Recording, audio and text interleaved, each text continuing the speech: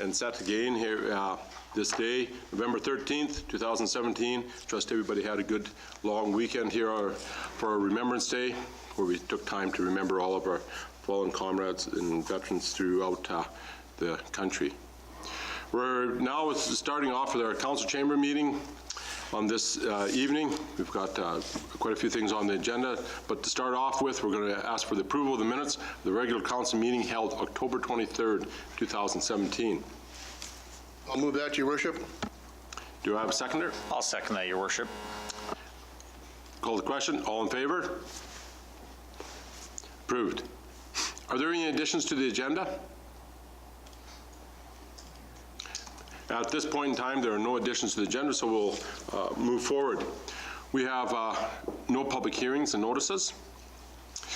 So we'll move into our original communications, the delegations and petitions. And the first delegation we have this evening is a delegation from the Crocus 80 Theatre. So if you would be so kind as to come forward, come to the podium over here.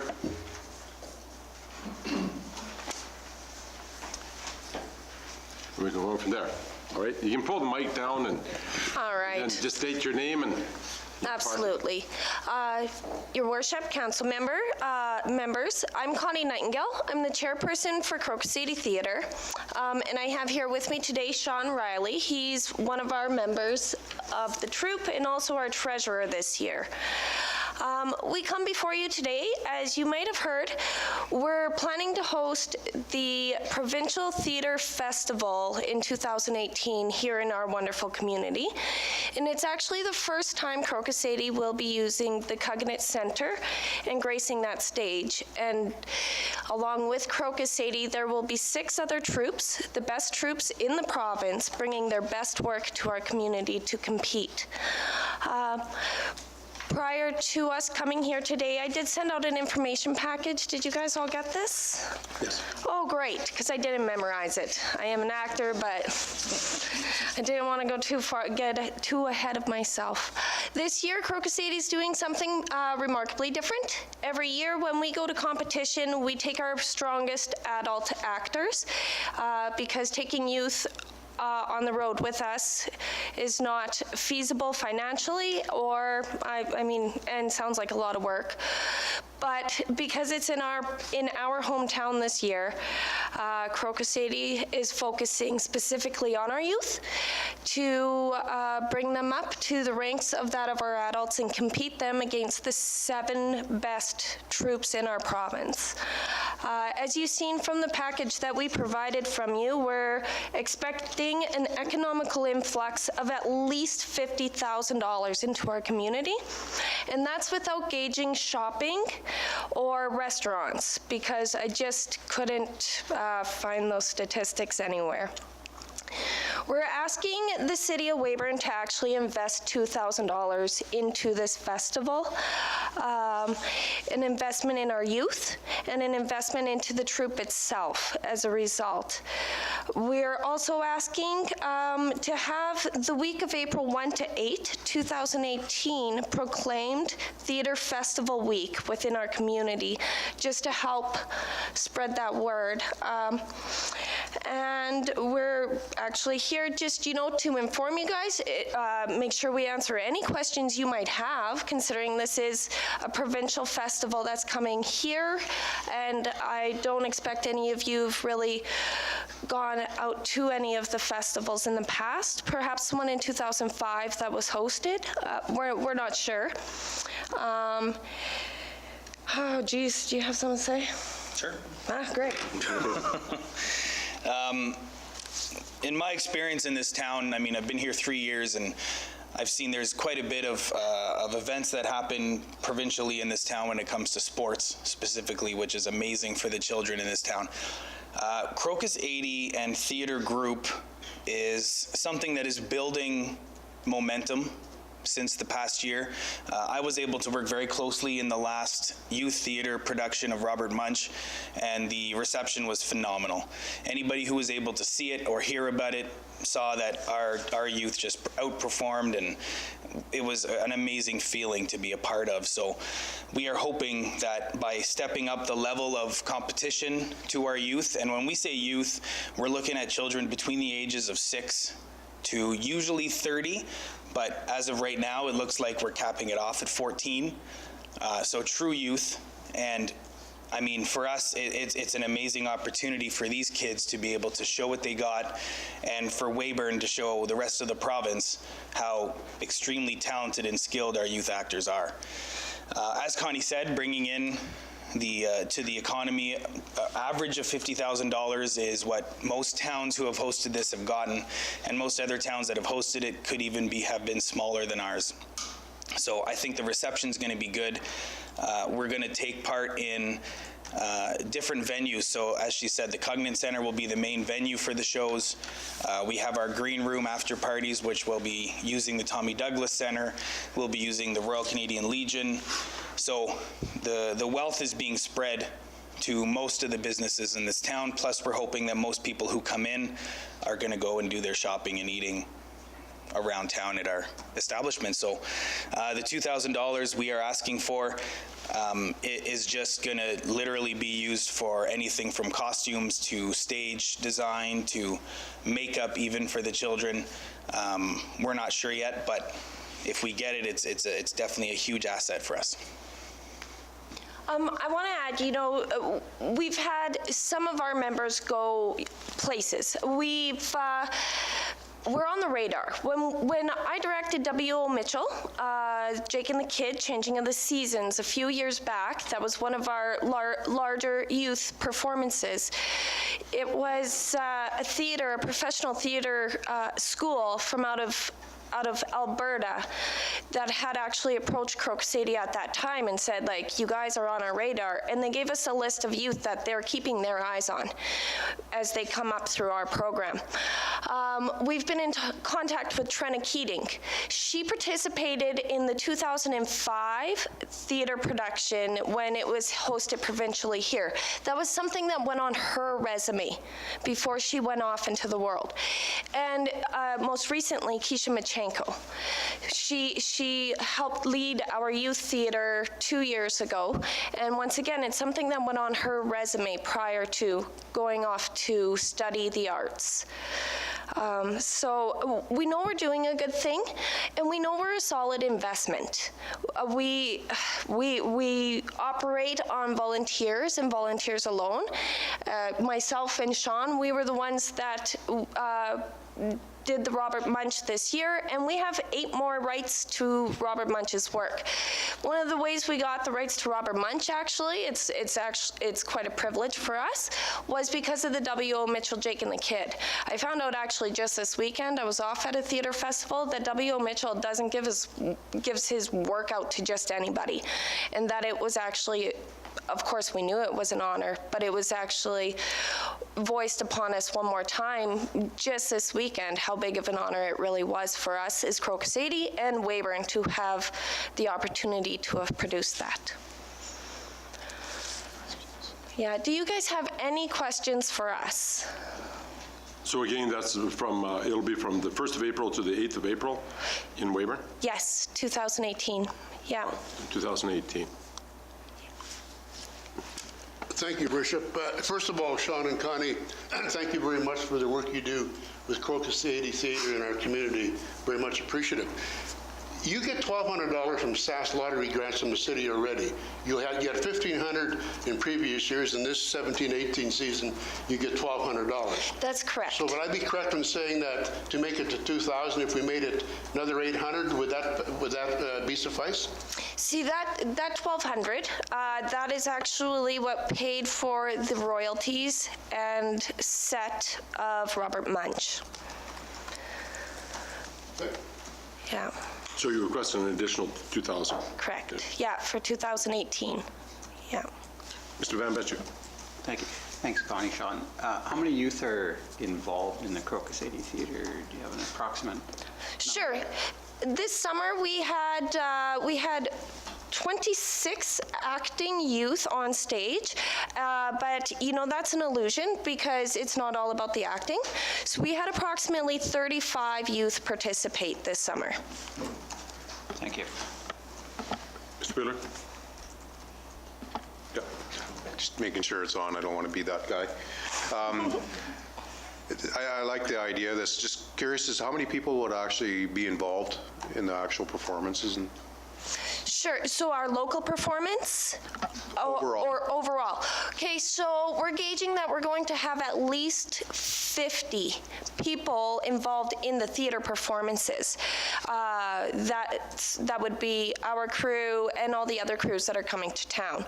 And then on top of it, there will be another 20 apprentices, for sure, that are coming from all parts of the province to come down and take theater training. And I actually want to note that our workshops that will be offered that week will be available to the public. Okay, thank you. Any further questions? Mr. Richards? Thanks, Your Worship. Thanks, Connie and Sean. You guys are doing a great job. I just wanted to clear up Brad's question for myself. How many folks do you think will be coming to town, though, as a result of those 6 troops? Like how many? 6 troops plus our troop makes 7. Is that right? So 6 troops from out of town. So how many individuals do you think are going to be in Weyburn that don't live here for that week? Oh boy, well, we're shooting for 200. That is our goal and our hope. So is that 200, that can't be all folks with the troops. That's likely some fans or some, Correct. the word, Yes. spectators, right? How many from the troops do you think? Like how many people in each troop? Each troop should be bringing on average 12 people. Okay. Perfect. Yeah. Thank you. Mr. Michael? Thank you, Your Worship. Your Worship, because we're in the budget process for 2017-18 season, maybe this would be a good idea to add the 2000 to our budget deliberations, see what happens. And the reason why I say that, Your Worship, is the City of Weyburn is not a service club. And we have many groups that come in very worthwhile groups in our community, but you have to draw the line somewhere. But maybe put it into our budget deliberations and we'll see what happens. At that point, what we'll do is we'll discuss, like you say, with our administration on the budget deliberations, and very shortly, within the matter of a few weeks, we'll get back to you on what our decision will be on this. Okay? Okay? Thank you. Thank you. We appreciate your presentation. Thank you, guys.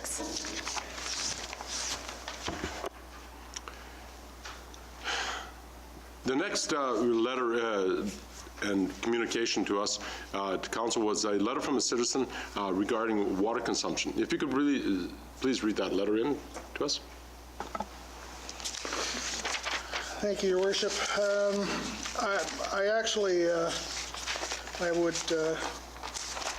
will say that these are the words of the individual who wrote the letter, not necessarily the interpretation of staff. So I will read it out verbatim, and then I'll have a couple of comments afterwards. Dear Mayor Roy and the members of City Council, as you no doubt are very much aware, the talk of the town is about the excessive water bills for October. Most of my neighbors had a water bill over $200, and most phoned City Hall to complain. I was even told that a water bill in July was over $400. Absolutely unbelievable.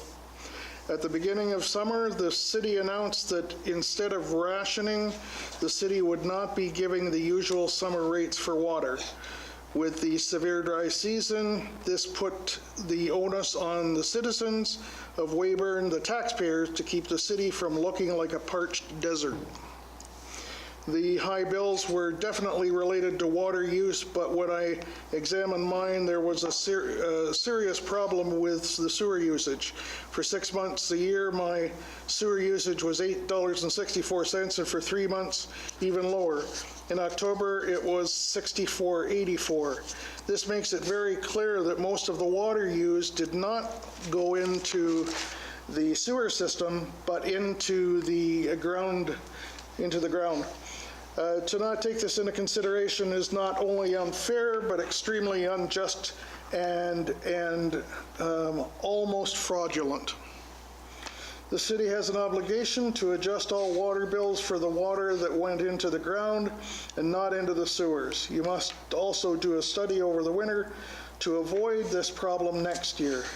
The onus is on the city to adjust rates so that we are not again charged for sewer usage we did not use. Please give this your most serious attention. Worship. Just in terms of some notes, other than some editorial comments that I'll leave out. I went back into do a bit of a look at water rates, and since 2013, I looked at the 13, 14, 15, and 16 summers between June and October, and then compared them and took an average of those and compared them with 2017. So the summer consumption in 2017 was up 2.5% over the 2013 to 16 average cubic meters. So in effect, this the billing at full rates basically brought in $146,000, which represents about just under 193 cubic meters. So part of this, I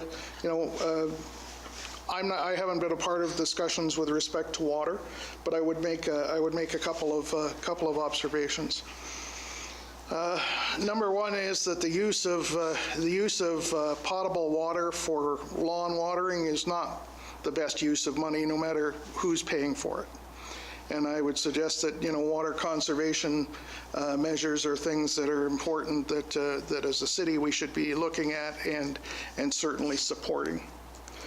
Secondly, with respect to the billing cycle this year, the surprise came in October because of the way the billing months were set up. They had two estimates, and then there was an actual billing read that came in on their October bills. So it was not only, obviously the discussion about October bills was not only related to this particular issue, but related to the fact that there were estimates for the summer months.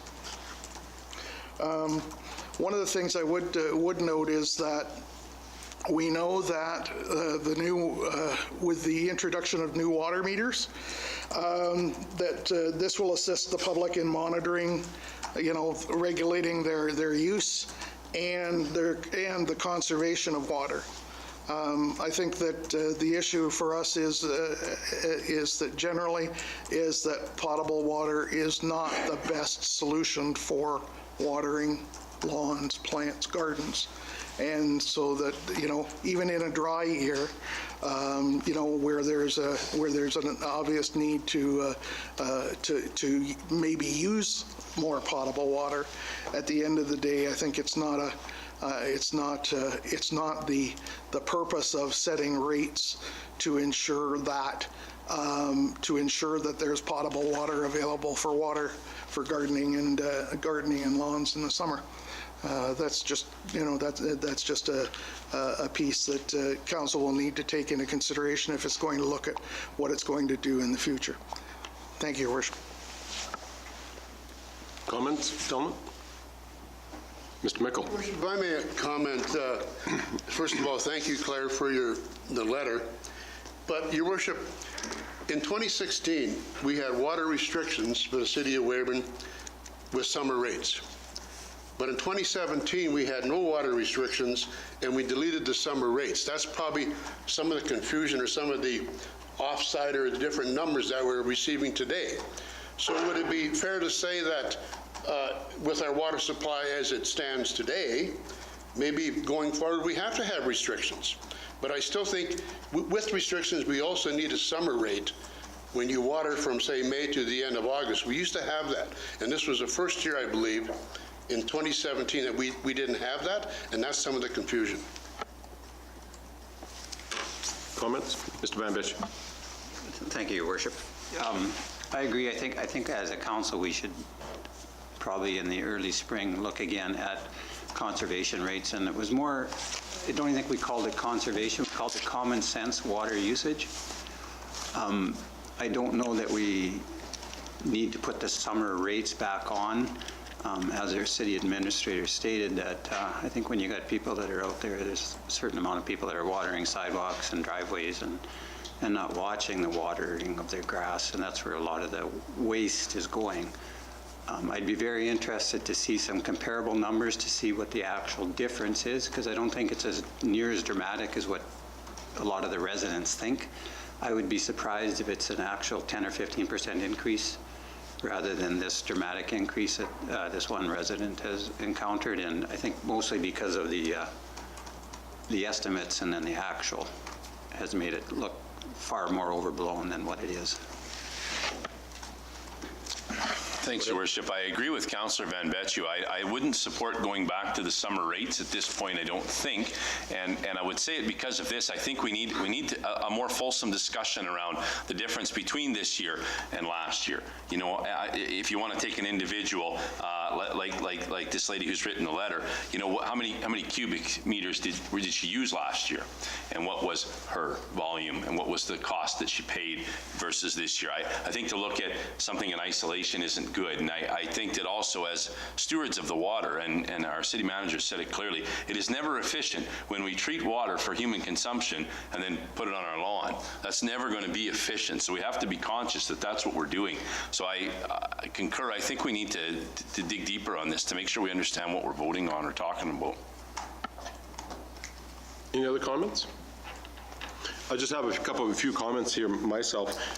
That a few of the things, the first off about the potable water, not a good usage of it. The problem that I see, and I've heard other engineers talk when I talk to them, that there's been brought up the question of whether we could, different residents have requested through the years to drill wells in their backyard to be able to pump out. And then that part, we don't need to get into that situation because that is not a good situation where you've got untreated water coming out or bringing in untreated water into the city, and you have the possibility of contamination for other ones. So potable water still, on a basic health standard, although it may not be the best of usage of it, it's still on a health standard for a size of city that we are, that it's better to use potable water than start bringing in water from wherever.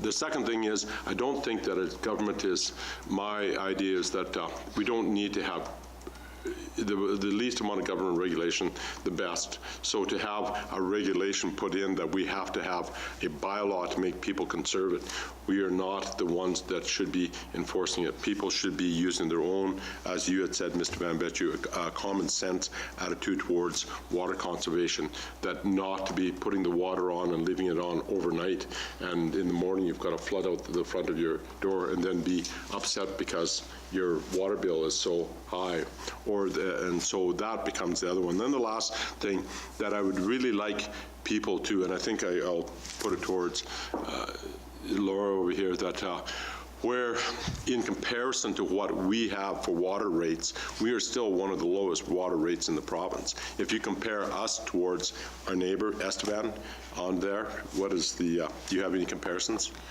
I can't speak towards the local areas, but I've heard recently, if you compare Weyburn to, say, British Columbia, we could be a third of the cost of what they're paying for potable water. They're paying about three times that. About $3.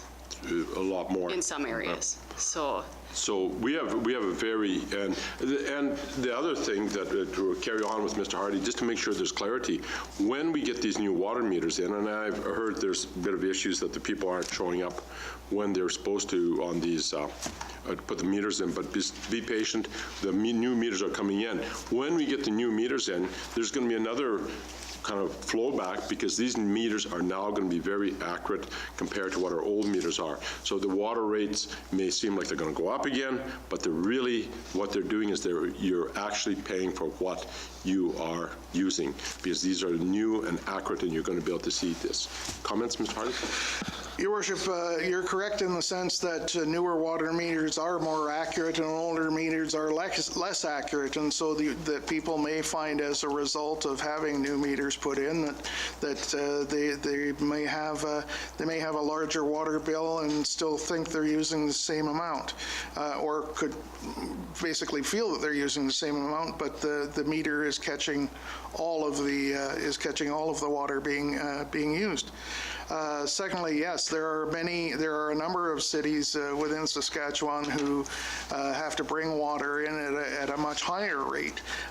We have our own source, water, and therefore we are on the lower end, having a local source, which means at the same time we also have to protect it, and we have to protect it, one, by ensuring that there's no undue influence by putting in wells and reducing the groundwater that we have available that comes into our water basin. But at the same time, we also have to ensure that we're conserving and not using it unnecessarily. Mr. Van Bitcher? Just one more comment. I think I'd like to add that there's no doubt water is expensive. And I for one, as a councillor, will watch very closely and make sure that we are charging fair rates. But I think citizens have to realize that it's getting more and more expensive to produce water, potable water, and they have to be very conscious of watering grass. If you got running toilets, et cetera, it all costs money to have the water go down the sewer. And I think we have to be all very conscious of that fact. But I don't think by any means did the city think that this is going to be an opportunity to make money, but we do have to be able to afford to pay for the service and pay for a new reservoir that we've got going in, et cetera, et cetera. Thank you. Mr. Bailey? Yes, thank you, Your Worship. I just one more comment on it. We had one of the extreme dry summer, and so I know in my household we watered more, was prepared for the water bill, and it was certainly higher than what normal is. But hopefully we get some rain this summer that we don't have to water those outside lawns as much to make them keep them looking good. The other point is on the summer rates. I still would like to look at that. I'm still thinking that it is not a bad idea. We have to respect, if we continue to practice the odd even day as our addresses for watering, that is a little bit of self-restriction on our part, whether people adhere to them or not. I think what we have to hope and pray for is lots of snow to fill our reservoir and normal rains for the summer, and we wouldn't be discussing this near as much right now. But I like the idea of going back to our summer rates. That's just my feeling. Thank you.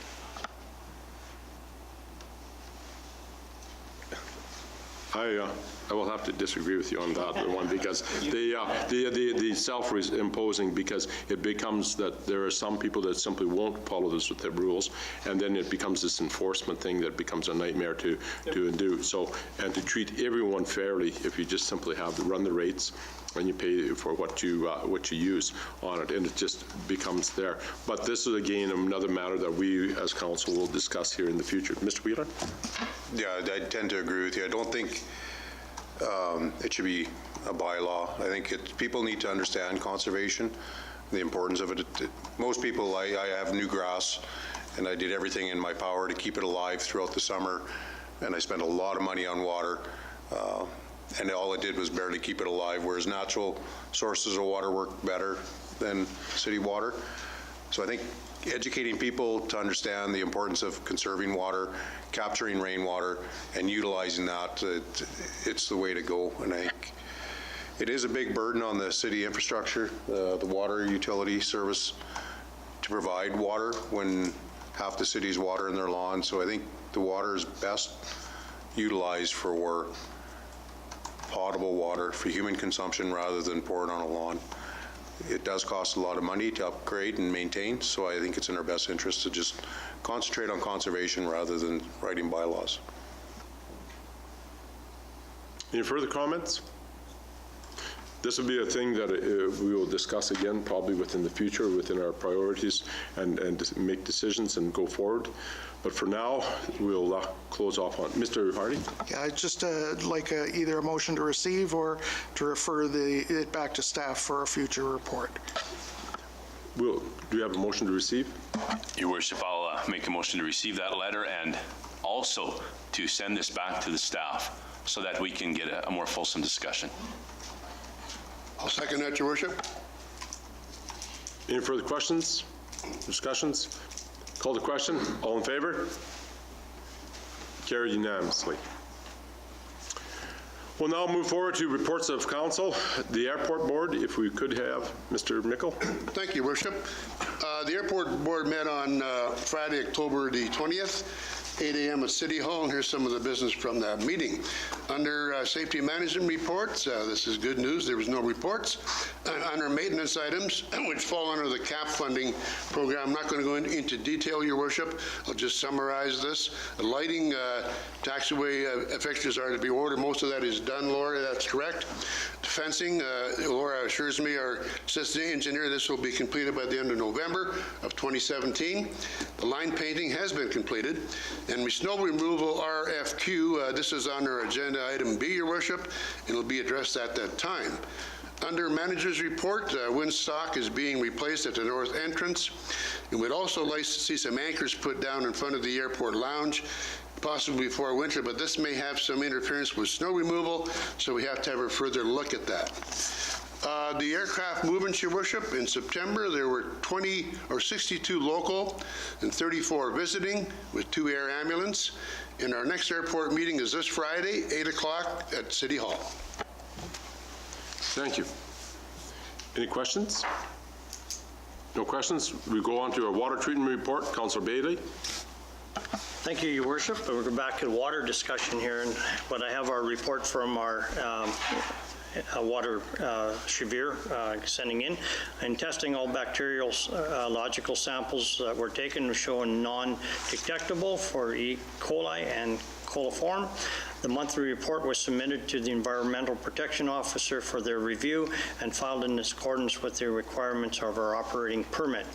Received lab test results of the fourth quarter water samples. All results are under permit limits, except the HAA's sample. A complete annual plant performance report will be prepared by the end of the year. This is the second continuous year the city is in compliance with the THHMs. The residents will see some more improvements of the water quality after the completion of the new reservoir. Chief Inspector Ron Cummings from the Water Security Agency visited the water plant on October 26th to reassess the classification of the facility. An official letter is expected from WSA upgrading facility classifications from a 3 to a 4. Currently, we do not have a Class 4 operators, as I'm going to be write the exam as soon as possible to cover the permits required. In the maintenance, general maintenance is ongoing. We are having problems with the distribution age flow meter that has triggered our pumps on false readings. Contracted the manufacturer as they were unable to provide any technical support as this product is over 50 years old. I'm writing an option of a temporary fix until the completion of the new distribution system. Due to the low demand, the Plant 100 is put offline. Maintenance work is ongoing on that. First Avenue Pumping Station is operational after taking some measurable inside the reservoir. MPE Engineering is working on a replacement of a few components instead of an overall upgrade as described in meeting with the city manager and MPE Engineering. On operations, total raw water drawn from Nickel Lake for the month of October in 2017 was 134.8 million liters. The water level in Nickel Lake dropped 10.2 centimeters in October 2017, and the current overflow level is 88.5 centimeters. Chemical doses have been adjusted as incoming raw water quality has changed due to cooler temperatures. Annual unidirectional flushing was completed by October 11th. And that is my report for the water treatment plant submitted by Chivir. Thank you. Well, now, questions? Mr. Mickle, did you have some questions for me? No? He's not allowed, Your Worship. Okay. Yes. Mr. Bambetti. No, I just have some. So when it says that in your report, the person that's writing the exam, presume that's Shabir, our person that's operating the plant at this time, that is going to be writing the exam and then will be a Class 4 operator? That's what I believe the wording says. I didn't check personally, but that's what I read into it, Council. Yeah. And if we look on our website, we are either number 1 or within the top 2 or 3 for water quality within the province. Our next one that we have is the Weyburn Agricultural Report, and the brief report there. Go ahead. Thank you, Your Worship. Weyburn Agricultural Society met October 10th in 2017. The meeting was called to order at 7 p.m. Minutes from the previous meeting were presented and moved and carried as presented. Rising from the minutes, Saskatchewan 4-H has requested a conference call to deal with some of the issues of the 4-H show. It was agreed to wait to find out from them what this conference call was about. On accounts payable, it was moved by Karen and seconded by Kelly that the bills to be paid as presented. On correspondence, Wounded Warriors, and I'm sorry, Your Worship, I don't know who the Wounded Warriors are, but I missed this meeting. A request was received from the Wounded Warriors of Canada for funding, and it was decided to pass on this or denied. Under new business, the biggest discussion and everything that we have with the Agriculture Society, again, is working around the 4-H show, fair days, the rodeo, and all of these things to try to get the right people in this year again to make it a very successful summer for the Agriculture Society. And so that's being worked on almost on a daily basis to find an agenda for this year. The Salvation Army Adopt-A-Family was presented and passed, and the Agricultural Society did adopt a family from the Salvation Army this year. Work-Bee was completed on October 15th. That's kind of putting everything away for fall, just the same as what we do in our local houses to clean up and put away. Again, the Junior Hereford Show is coming to Weyburn, we hope, so we're working with them to put that on, one of those other things that Weyburn has attracted to come and host, so we're working on that. That's about all that I have for important things on this report, Your Worship. So meeting was ended. Next meeting will be November 7th, but that was postponed until tomorrow. Very good. Do we have a motion to receive? I'll make a motion to receive those reports in your... Do you have a seconder? I'll second that motion. Call the question. All in favor? Carried. We now move forward to the consent agenda, the accounts receivable report. Do we have a motion? Your Worship, I'd like to make the motion that the accounts receivable report for September 2017 be accepted as presented. I'll second that. Call the question. All in favor? Carried unanimously. Motions. Accounts payable.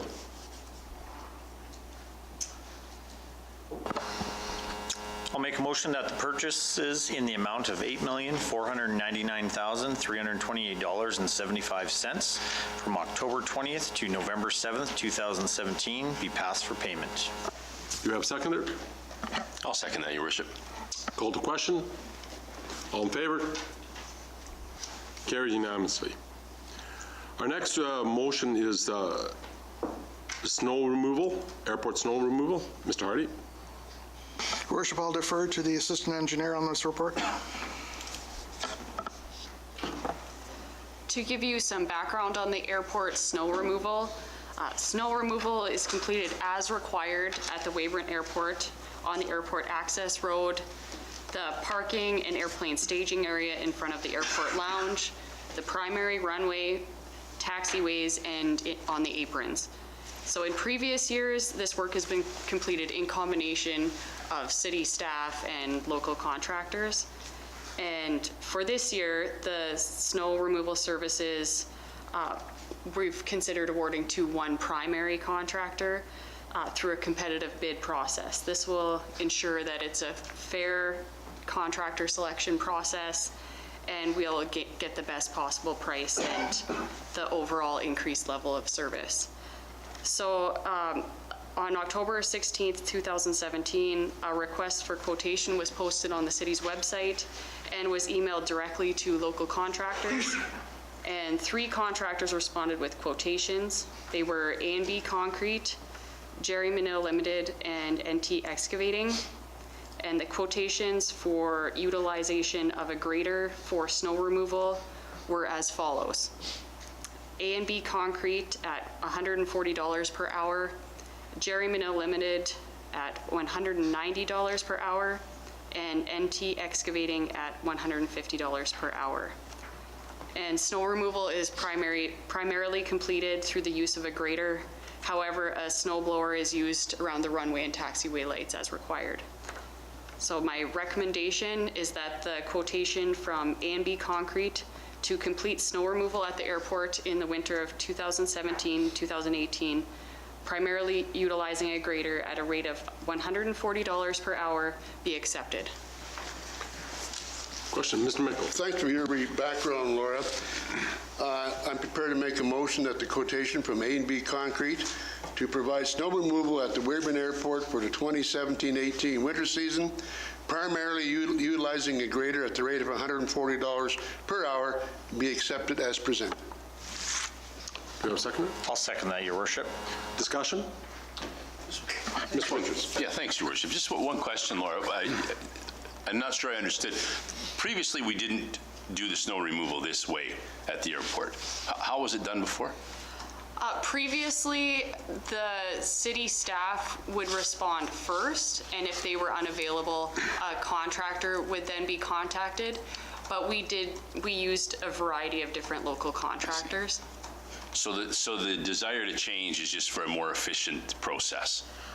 It's also for insurance purposes. In case something were to happen at the airport due to snow removal, then we would know what party was completing the work. Perfect, thank you. Any other discussion? This also, Mr. Hardy, and I guess I can go back to yourself, Laura, that the A&B will be required to, when it snows, to go out and check and ensure that the airport is going to be cleared because we have the air ambulance coming in at all times. Is that correct? The city staff will actually be checking the airport, and then they will be contacting the contractor to complete the work. Mr. Mickle. Thank you, Your Worship. Very good questions. Just to give you a little background, our city staff used to do it before, Your Worship, and did an excellent job. However, if there is a blizzard in the city of Weyburn and the air ambulance happens to come into the airport, that's where there's confusion and frustration because who looks after what first? And we thought, in fairness, there was local people bidding on this, and let's give them an opportunity to look after it for 1 year at a time and see how it works.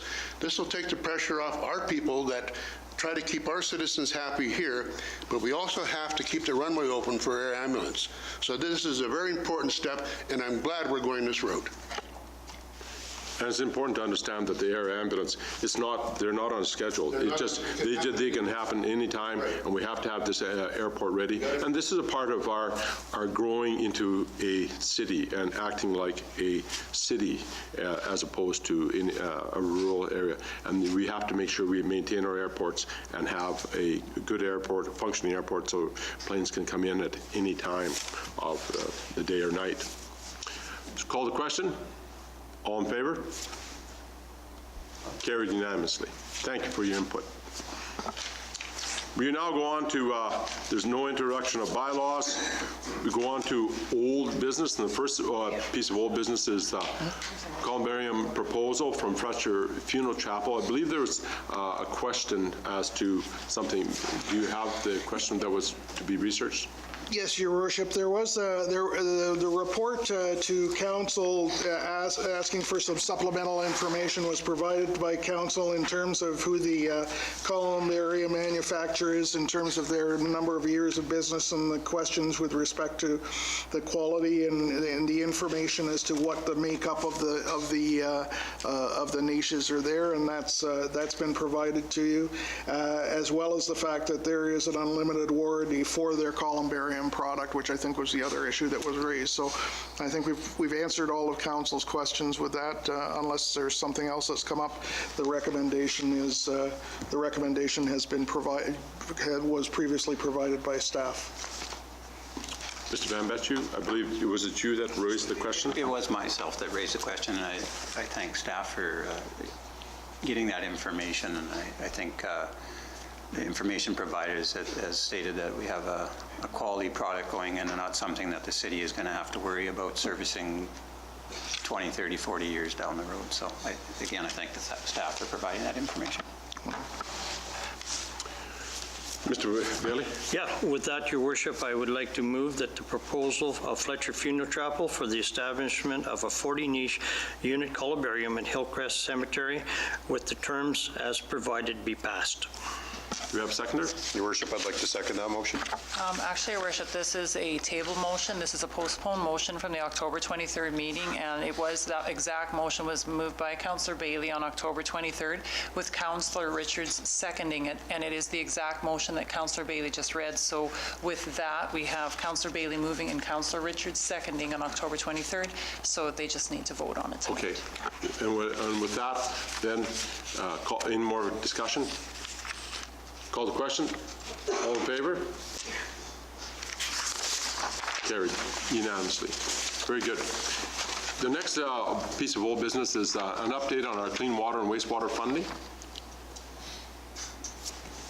Just to give you some background again on the clean water and wastewater funding, the Ministry of Government Relations indicated on September 6, 2017, that the city could plan to allocate all available funds under the Clean Water and Wastewater Fund to infrastructure projects related to water. And based on the city's quarterly progress reports, it was projected that approximately $2.1 million was available in the Clean Water and Wastewater Fund to be allocated to additional projects. And at the September 25th, 2017 council meeting, a list of projects was provided for review by council to potentially utilize the available clean water and wastewater funding. And council made a resolution to submit the list of projects by means of a formal scope change request to the Ministry of Government Relations for consideration. And the update is that on September 12th, 2017, a request was submitted to the Ministry of Government Relations to add the following projects to the scope of work listed in the city's contribution agreement for the clean water and wastewater funding. The water standpipe upgrades, water treatment plant filtration system upgrades, water treatment plant security upgrades, and water main replacement on Government Road from First Avenue North to Souris Avenue. And the Ministry of Government Relations has responded, and they've responded to the request indicating that the proposed projects meet provincial and federal requirements for funding, and an updated contribution agreement will be provided to the city for review and signature following final approval from the federal government.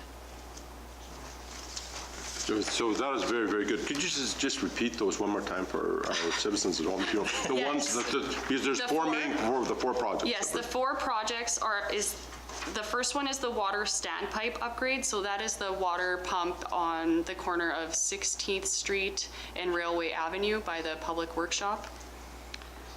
And the water treatment plant filtration system upgrades, water treatment plant security upgrades, and the water main replacement on Government Road from First Avenue North to Souris Avenue.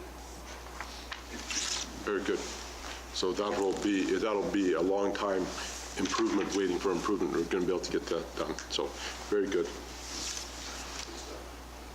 Does anybody want to move that the report is received? Or do you need to? Just received. Yeah. Just received? Yeah. Then thank you again for your good work on that. New business, we do a development permit, Royal LePage, and I believe at this point in time, when we discuss this, Mr. Van Betju and Mr. Bailey, you wish to Remove yourselves. remove yourselves? Conflict. Winston. And they remove themselves as a conflict of interest. Mr. Hardy. Thank you, Your Worship. The development permit before council for discretionary use, the licensed building official has provided her review that basically the zoning bylaw for general administration in this particular area requires discretionary approval by council, and as per notice, neighborhood notice was circulated to all property owners within a 75-meter radius of the property. There was one letter of opposition to the proposal from one neighboring owner, which the letter was attached to the report, and this property was just rezoned from residential to neighborhood commercial, and basically the same resident property owners received the notice in that time, and that time there were no objections or concerns. So the correspondence which was received basically identified that the individual indicated that they thought it would have a direct negative effect on their property value. The person is in immediate proximity to the planned discretionary use approval, and so there's basically that information which was received by the licensed building official within the required time from Mr. Béchard. And then basically in terms of follow-up, you have a copy there of basically that in terms of some of the concerns that were raised, and the applicant responded in kind in responding to the issues of Mr. Béchard, and basically indicating there won't be any exterior renovations. It'll be left to look like a residence, as not to upset any aesthetics. Indicating where the main access door, the business parking where it would be located, and the business hours, and that basically that client visitation will be minimal. So the licensed building official also identified to the respondent that if they had any further questions, they could attend this meeting and make any necessary representation if they so wanted. Mr. Richards? Thanks, Your Worship. City Manager, I for the record, before I start on my big speech here, I'm going to vote in favor of this because I think it's the right thing to do, but I just want to be clear. I'm a little bit concerned. I don't know if concerned is the word, but the letters went out the first time saying this is what's going to happen. Then the letters went out a second time and said, that's what was going to happen, and here's another thing that's going to happen. And that one triggered a response from a neighbor. And I just wonder, are we being clear enough in those letters for folks? I don't know. I'll be honest. I don't know the content of those letters that well. Are we being very, very clear in those letters about what might be going on? We're very specific in meeting the requirements of the Act in terms of identifying what the property is, what its designated use is, and the general parameters under which what can be operated, as a result of an approval of discretionary change. The questions of the nature that were being asked by Mr. Béchard, and which our chief building official sort of replied to, are those that are of a technical or minor nature. And so when these types of things happen, that's the point at which we provide that information to see if we close, in effect, so that we can close the loop if there are any questions that an individual might have, and suggest to the individual that if they still believe that they wish to make that their mind hasn't changed, they have the ability to respond. So we're following all of the requirements of the Act, not getting down to the specifics of to the level of the questions that were being asked, but we're fulfilling our requirements under the Act. Okay, so some of the concerns brought up were largely around parking, right? And it sounds like those have been really well addressed. So have we heard back from the respondent on any of the communications we've given saying, look, here's where here's here's how we're addressing your concerns, or how your concerns are addressed. Well, basically, the correspondence back from the official to the person who identified the questions was that person could come to this evening's council if they still had questions or concerns and could raise them with council at that time. But we never heard back after we gave our response. No. Fair enough. Thanks, Your Worship. Go ahead. Thank you, Your Worship. Very good comments, Councillor Richard. It's a little confusing, too, when the first time we give the okay, and all of a sudden the second thing comes in and we have somebody issue. I can certainly see the concern at 345. However, I must say that administration handled it very wisely and very quickly. And I have to say that in fairness. Coming off of Prairie Avenue versus coming off of 2nd Street is a good compromise because it shouldn't affect that neighbor at all. They both have nice houses and they both resided them and they both look great. I don't think it'll depreciate his value, but once you open the door to businesses in the residential, and we've done that over years, it's hard to say no. But you have to follow procedures, and I think our administration handled it very wisely. Any other questions, comments? Your Worship, I'd like to make a motion, though, that the development permit application by Bree Patterson to develop an office for general administration at 343 2nd Street Northeast be approved with the conditions presented. Seconded? I'll second that, Your Worship. Just couple of points of clarification before. Number one, there won't be a large sign put out front? No? Anything is still regulated by the city sign bylaw, Your Worship. So there'll be no sign, and also, as they said, this is for an administration building as opposed to more so a regular office, so there'll be minimal. It's still an office, but it's an office that won't see regular traffic as you would a general office building. Correct. And we see probably far more traffic in a daycare, which is in a residential home. Again, a business being run in a residential home as opposed to this one. Correct? That would be my expectations. Any other questions? Call the question. All in favor? Carried unanimously. I'll call them in here.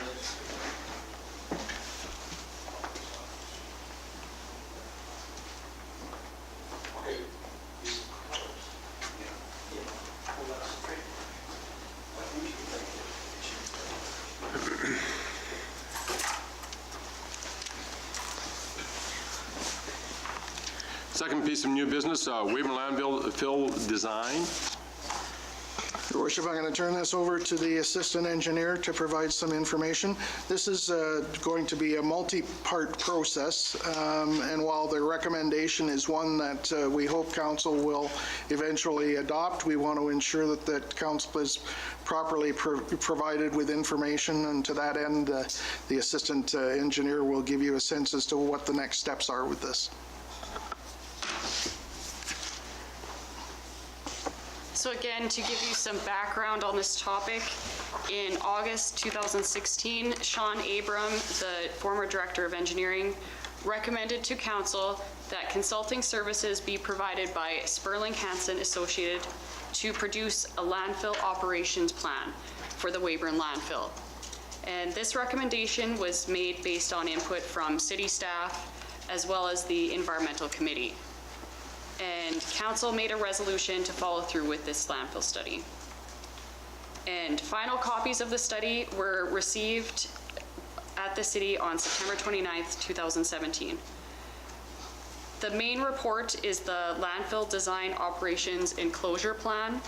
This plan provides a long-term management plan to maximize the design life for the Weyburn landfill.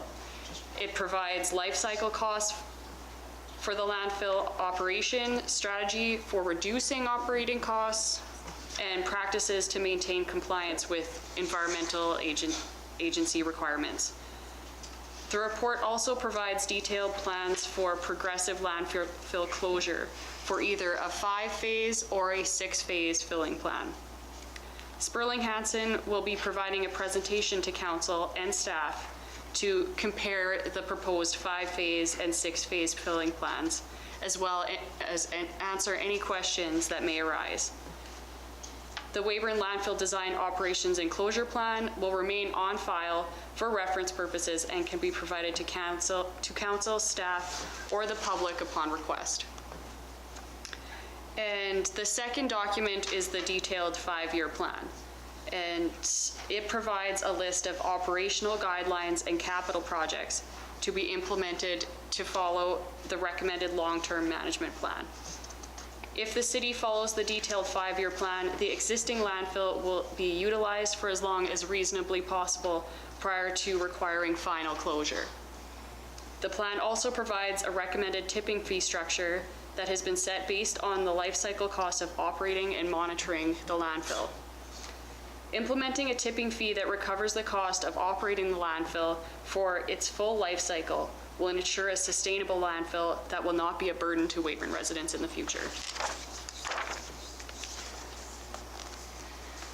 Sperling Hansen has provided a break-even tipping fee in the range of $80 per ton to cover the long-term costs of the facility.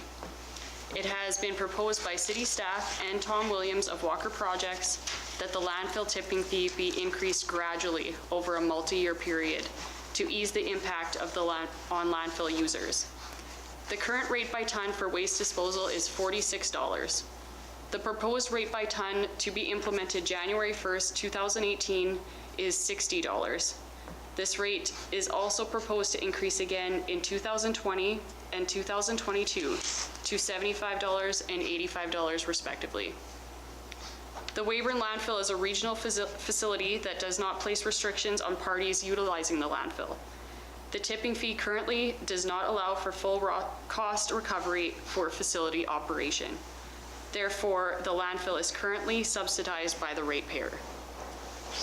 If the rate by ton fee for waste disposal increases to a rate that allows for full cost recovery, it will prevent ratepayers from bearing the burden of a facility that is utilized regionally. It should also be noted that the monthly fee charged to ratepayers on utility bills for residential household waste disposal is proposed to increase only slightly over the 4-year period. In 2016, a total of 2,650 tons of residential household waste was disposed of at the landfill through curbside waste collection and the landfill coupon program. This amount only accounts for 11% of the total waste disposed at the landfill in 2016. Therefore, the majority of the waste disposed at the regional landfill consists of other material types and/or is disposed of by other user groups. The increased tipping fees will likely result in an increased incentive to divert waste from the landfill, and the proposed changes to the landfill facility will also make it easier for landfill users to divert waste, as the U-bays will provide ease of recycling and the Z-walls will be constructed for residential yard waste and cleanwood waste drop-off.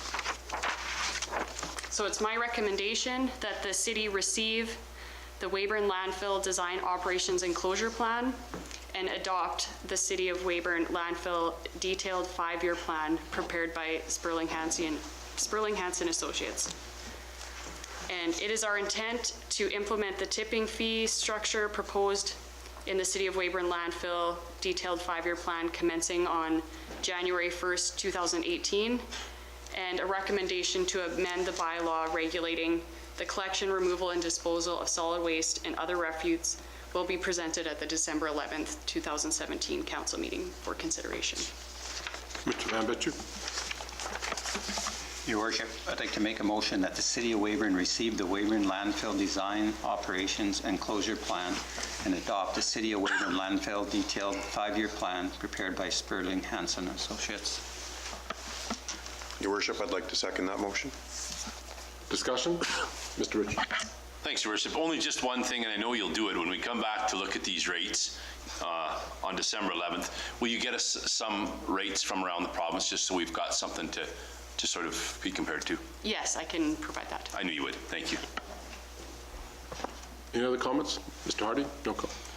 Yes, Your Worship. As I said, I think this is a definite step forward in ensuring the sustainability of this particular aspect of city operations, and actually takes it off the burden of the taxpayer, who at this point are probably only putting in, less than a quarter of the amount that goes into that landfill at the end of the day. So I think it's a proper move, and this is one that is going to ensure that this aspect of our services reach that sustainability sooner rather than later. Mr. Bailey? Thank you, Your Worship. Laura, when we look at this, and I haven't read it all, what I read prior to coming this evening was, I didn't pull up this first page here, I got some of it. My question to you is, I know when we looked at environmental stuff a few years ago, is there any preparation here, have you seen it, for a recovery or out there for commercial stuff to be hauled in, so that the cardboard goes here, the plastic goes here, instead of taking it into land, the recyclable aspect of it? I think if it's not in this plan, we need to look at it, because I think we're still putting too much into the landfill if we don't have that recyclable program out there for the commercial aspect. The recycling was not thoroughly addressed in the landfill study, but it has been brought forward from staff members as well as members of the public that they would like to see more commercial and a broader scope of recycling at the landfill, and that will be addressed in the detailed design for the landfill reconfiguration that is planned for next year. Okay, thank you.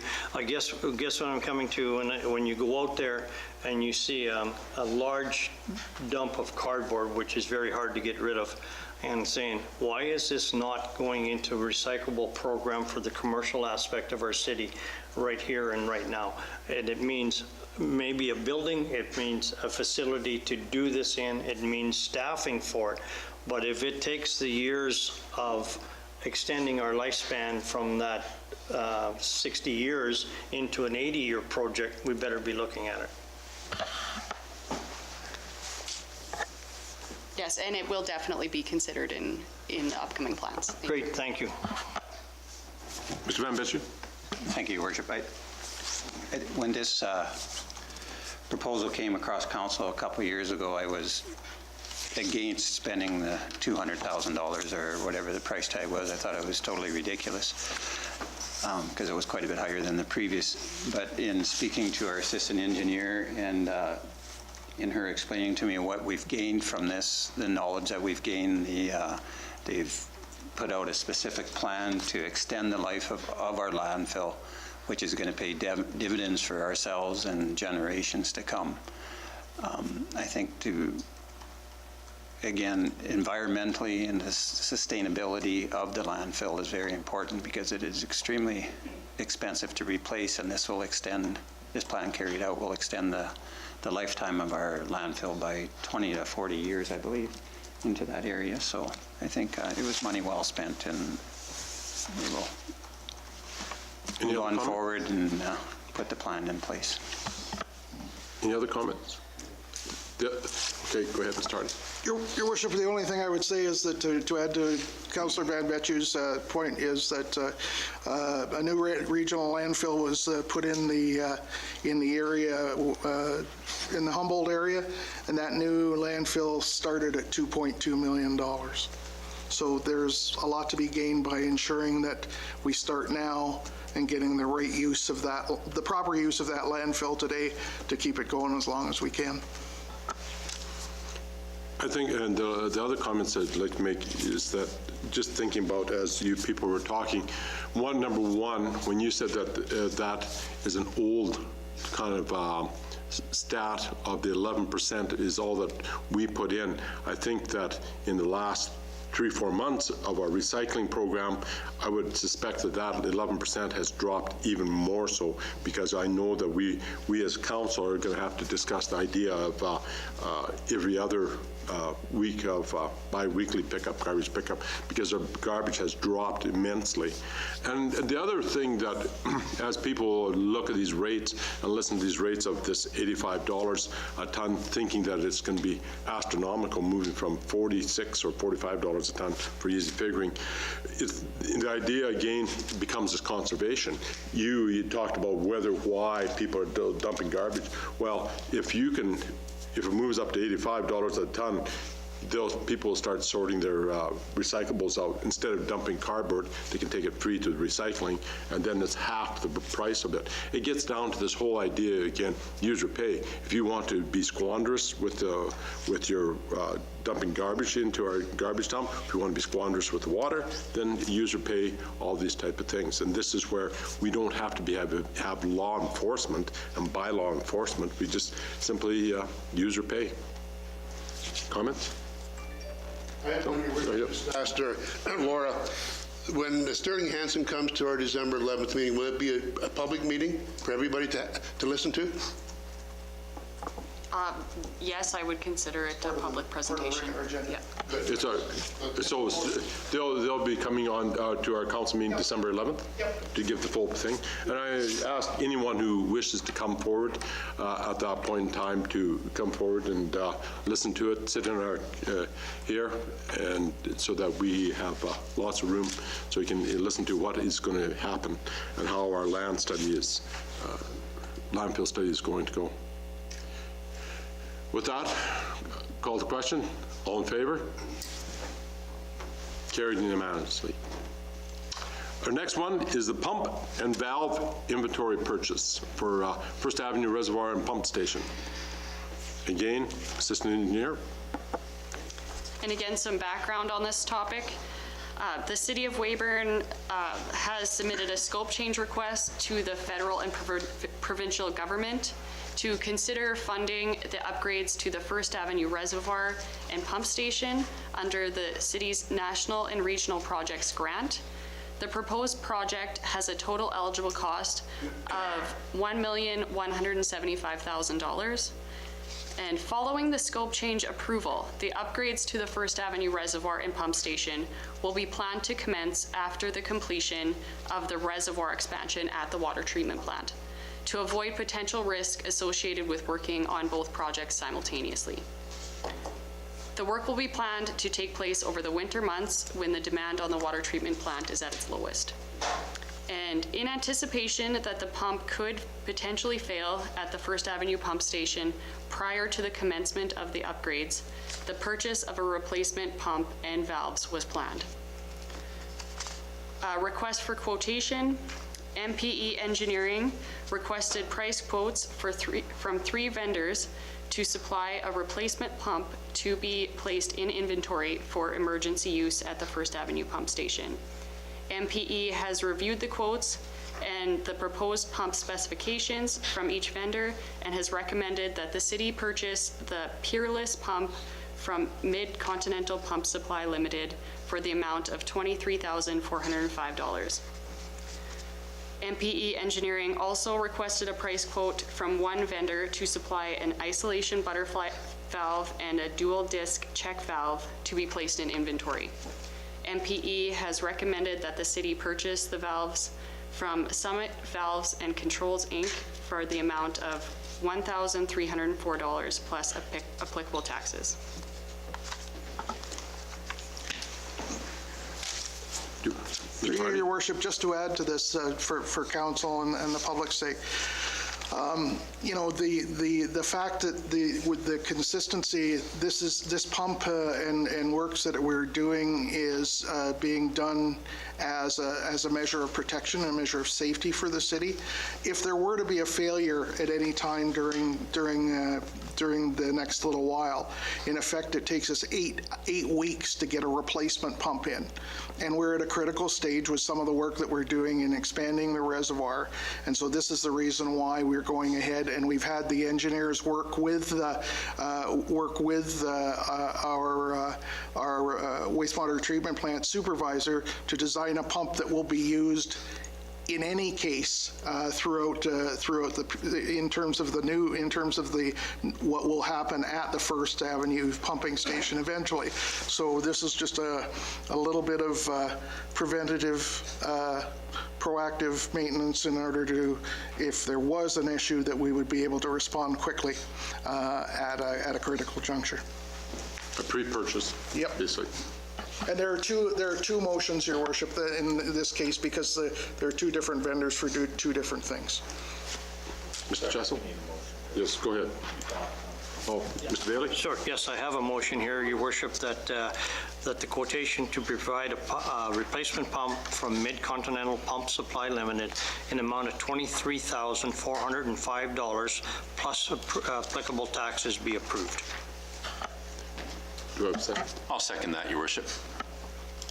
Your Worship, I guess just one concern, more or less, is a $6,000 difference when two other quotes are within a couple $100, but one being $6,000 less. Is there any quality difference between the pumps? Being in retail, usually if you're $6,000 difference on something, I'm just wondering what the give is there. MPE Engineering reviewed the specifications of all the pumps, as well as Shabir Sakrani, so I feel confident that they've made the choice that's best suited for the project. Thank you. Call the question. All in favor? Carried. Second motion. Your Worship, I'll take care of that one. I'd like to make the motion that the quote to supply an isolation butterfly valve and a dual disc check valve by Summit Valve and Controls Incorporated in the amount of $1,304 plus taxes be approved. I'll second that motion, Your Worship. Discussion? All in favor? Carried. Inquiries and announcements. Any inquiries, gentlemen, of our city manager at this point in time? Newspapers, any inquiries? No inquiries?